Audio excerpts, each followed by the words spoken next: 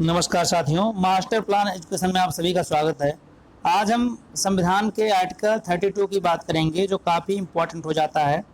इसको spirit of the constitution भी कहा जाता है। कुछ लोग जो डॉक्टर बी.आर. अम्बेडकर हैं, आर्टिकल 32 को संविधान की आत्मा कहते हैं। और इसके अलावा तमाम पहलुओं से जो है आर्टिकल 32 बहुत इंपॉर्टेंट हो जाता है। तो चलिए बिना किसी देरी के आज इस वीडियो की शुरुआत करें और समझने का प्रयास करें डायग्राम के इस माध्यम से कि क्या है आर्टिकल 32। जैसा कि आप देख रहे होंगे स्क्रीन पे, आर्टिकल 32 संवैधानिक उपचारों का अधिकार है, यानी क्या है, कॉन्स्टिट्यूशनल रेमेडी इसको भी हम कहते हैं। फंडामेंटल राइट के लिए इन्फोर्समेंट के जो है सीधे सुप्रीम कोर्ट जा सकते हैं, यानी कि जो फंडामेंटल आपका राइट है अगर इसका वायलेशन होता है तो आप आर्टिकल 32 के अंडर में आप सुप्रीम कोर्ट में जा सकते हैं। आर्टिकल यहाँ पर लिखा गया है, आप देख सकते हैं आर्टिकल 32 यानी 32 स्वयं एक फंडामेंटल राइट्स है। सुप्रीम कोर्ट रिट केवल जो है फंडामेंटल राइट के इन्फोर्समेंट के लिए जारी करता है। यानी कि आप अभी समझे, अगर आपके फंडामेंटल राइट का वायलेशन हो रहा है तो अगर आप सुप्रीम कोर्ट में जाते हैं तो आर्टिकल 32 के तहत आप जा सकते हैं। और आर्टिकल 32 अपने आप में बताया जा रहा है ये स्वयं ही एक फंडामेंटल राइट्स है। Doctor B R. अम्बेडकर की अगर बात करें तो कॉन्स्टिट्यूशनल हार्ट एंड सोल इसको कहा गया है उनके अनुसार। नेक्स्ट स्लाइड पे हम मूव करते हैं। यहाँ देखते हैं आर्टिकल 32 और आर्टिकल 226 यानी कि 226 में क्या अंतर है, क्या प्रावधान है, क्या इसमें बेसिक अंतर है। आप यहाँ जैसा कि देख पा रहे हैं कि आर्टिकल 32 जो है सुप्रीम कोर्ट में अगर हम इस कहीं अपील करते हैं जो हमारे फंडामेंटल राइट वायलेशन होते हैं, उसमें हम अगर अपील करना चाहते हैं आर्टिकल 32 के तहत तो सुप्रीम कोर्ट में अपील करेंगे। और अगर हम चाहते हैं कि उस फंडामेंटल राइट का इन्फोर्समेंट हाई कोर्ट के द्वारा हो तो आर्टिकल 226 यानी 226 के तहत करेंगे। यहाँ स्क्रीन पे आप देख रहे होंगे कि आर्टिकल जो है 32 केवल फंडामेंटल राइट्स के इन्फोर्समेंट के लिए जो है रिट है, और वहीं हाई कोर्ट की जब बात करें तो फंडामेंटल राइट्स के लिए रिट है। यहाँ केवल शब्द है, यहाँ पर केवल शब्द नहीं है। स्वयं एक फंडामेंटल राइट्स एक और आर्टिकल 32 और आर्टिकल 226 यानी 226 क्या है, ये अन्य लीगल राइट्स के लिए भी रिट जारी करता है। कौन? आर्टिकल 32 यानी 226। अब अगर हम बात करें पूरी इसको निष्कर्ष को एक लाइन में समझना चाहें तो आर्टिकल 226 का स्कोप जो है आर्टिकल 32 यानी कि 32 से वाइडर यानी व्यापक होता है। क्यों?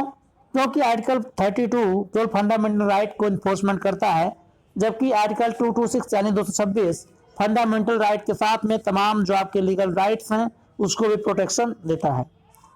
इतनी बातें हमने समझा। अब आगे हम बढ़ते हैं और समझने का प्रयास करते हैं। अब सबसे पहले बात आती है कितने तरह से ये रिट होते हैं। जब रिट की बात हमने की है तो आप यहाँ पर देख सकते हैं there are 5 types of writ. मुख्य रूप से 5 तरह से जो है रिट होते हैं।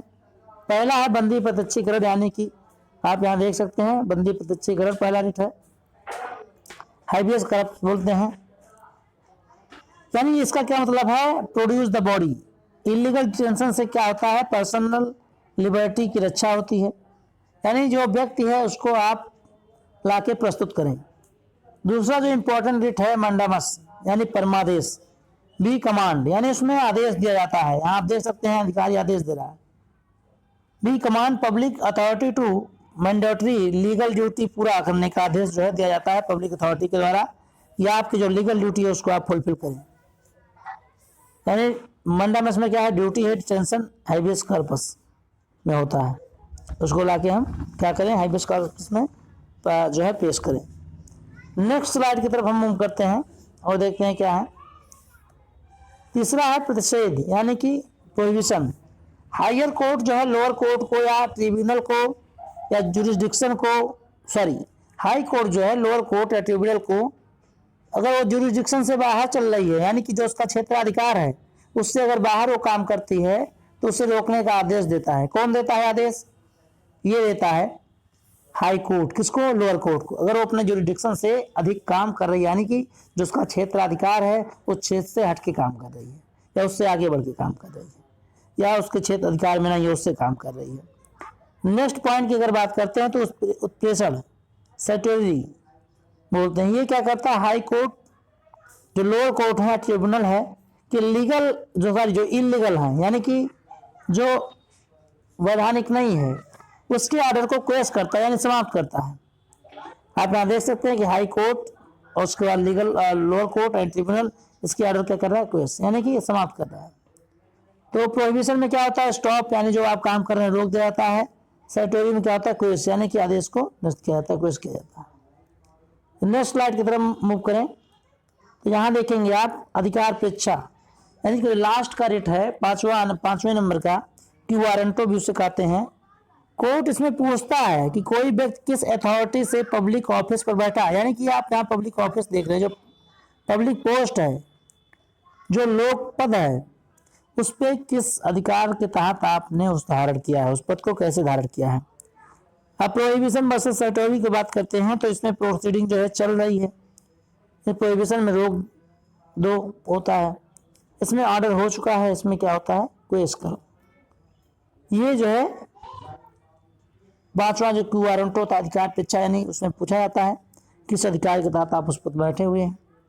तो इस प्रकार से 5 जो है हमने देख लिया, हैबियस कर्पस, हैबियस, उसके मंडामस, प्रोहिबिशन, सेटोरी, उसके बाद क्यू वारंटो, ये तमाम 5 प्रकार की जो है रिटें होती हैं।